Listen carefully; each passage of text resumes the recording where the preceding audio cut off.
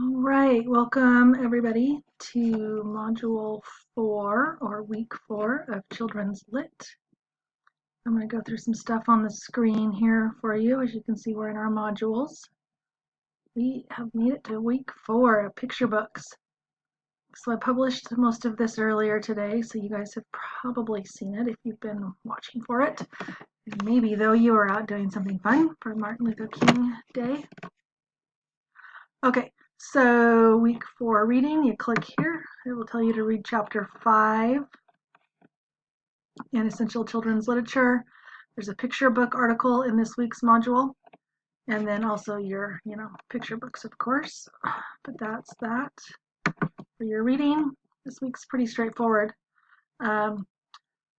Okay, traditional literature. When you click on this, it's going to tell you to come watch my video or listen to my video. So here's the thing with traditional literature, European. There's this debate about fairy tales and whether or not they are indeed traditional literature, because were they or were they not handed down orally. So there's this whole big thing. So I didn't want to limit you guys, and also because we're not in person, we can't really debate this. So if you Google children's traditional literature or traditional stories with European, descent, you're going to get the typical fairy tales. So choose one of those, or there's like the Strega Nona story. Most of you probably know that Tommy De Paola did that in like the 70s, I think. So it certainly isn't traditional, as in it is not generations old, but it has its roots in a grandmother witch story tradition from Italy. So I'm going to leave that open to you guys. Pick something European but old. If you're going to do, the fairy tales, which likely you will, I want you to find an old version and see if you can research a little bit about how the story came about, what like fables or myths it was based on.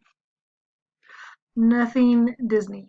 Okay? Disney has retellings of many of these traditional European tales. All of them, in fact. Disney has retold, well, I guess maybe most. Anyways, no Disney references here. We're looking for the old, history, the roots of it.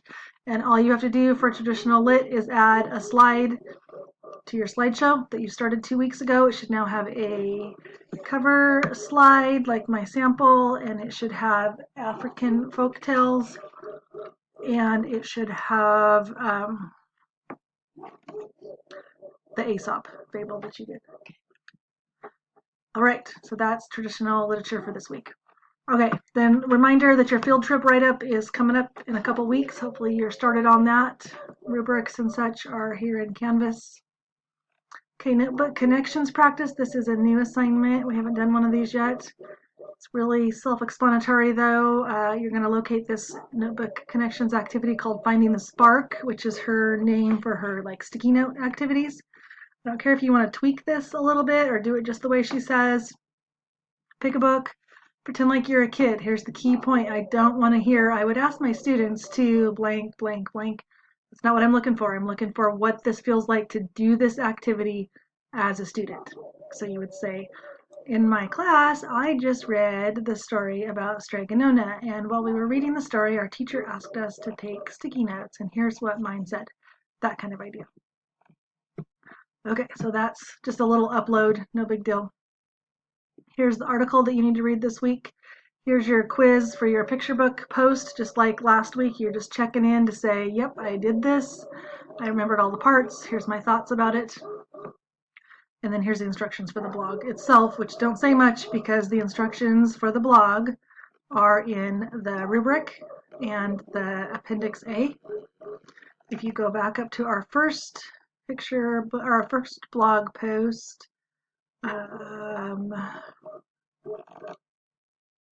creating your blog, questions about blog, where is that? The actual blog assignment, right here. So yeah, it was last week. The multicultural picture book blog post has the rubric and instructions for following weeks as well. Hopefully you printed those out last week and now you're just using the same rubric, same instructions. Your blog posts might kind of develop a pattern, which is fine. Okay, so while we're talking about the blog posts, I love them. They are so fun. This is so much more exciting than the paper reader's notebook. I can't tell you how much more I like these blog posts. They're fun to read. You guys are making them colorful and interesting. So I'm working my way through them. I still have to email about 3 of you that some of us are having trouble connecting with. Make sure you saw my announcement from today about checking your blog for followers and following. Make sure you've got lots of action going on your blog. So I may not get to each of you each week as far as posting on WordPress on your actual blog. I'm going to try to get to you at least every other week. But, like there's like 26 or 27 of you guys, and then that's a lot of reading, but I'll see. I'm going to get to as many as I can. I am reading them, scanning them, but I may not post on every single one of them. So if you don't see my post, it doesn't mean I didn't check it. I'm just scanning through them. But I gotta tell you, they're really interesting. I want to read them carefully and write you guys a paragraph each because they're super fun to read. So I need you guys, after you post this next week or even sooner, I don't care in what order you do this, but I need you guys to go in and comment on 5 classmates' blogs. I'm writing myself a note to make an announcement about that as a reminder. So pick 5 people who you are following and comment. I'm writing myself a note here, so I'll send you guys out a reminder. That way we'll start getting some dialogue going. And then what I would do if I were you is I'd print out that Google Doc that had all the addresses and the names. And then you could put check marks by whose blog you commented this week. And then next week you could comment on somebody's different. And maybe you'll get some conversations going on and they can reply on your blog, or you can reply to comments also. So I'd like to see some dialogue going on in that blog. Okay, so that's it for week 4. Next week we'll be talking about poetry, Latin American traditional literature. We're going to be doing the crowd right here. This is not published for you guys. See how it's not green yet, but the crowd questioning and the DLTA lesson plan happens next week. I'll be introducing it and having you start writing it. I need you to think about a place where you could teach a read aloud lesson, even just to a few kids, nieces and nephews, whatever, just so you can teach this method. It's like a read aloud comprehension lesson. So I need you to find some place where you can do that, because then the following week, I think it asks you to actually do the teaching of it. That's during week 6. And then after that, we get started on our literature engagement project, which is your final. We'll continue with our blog posts and our traditional literature slideshow.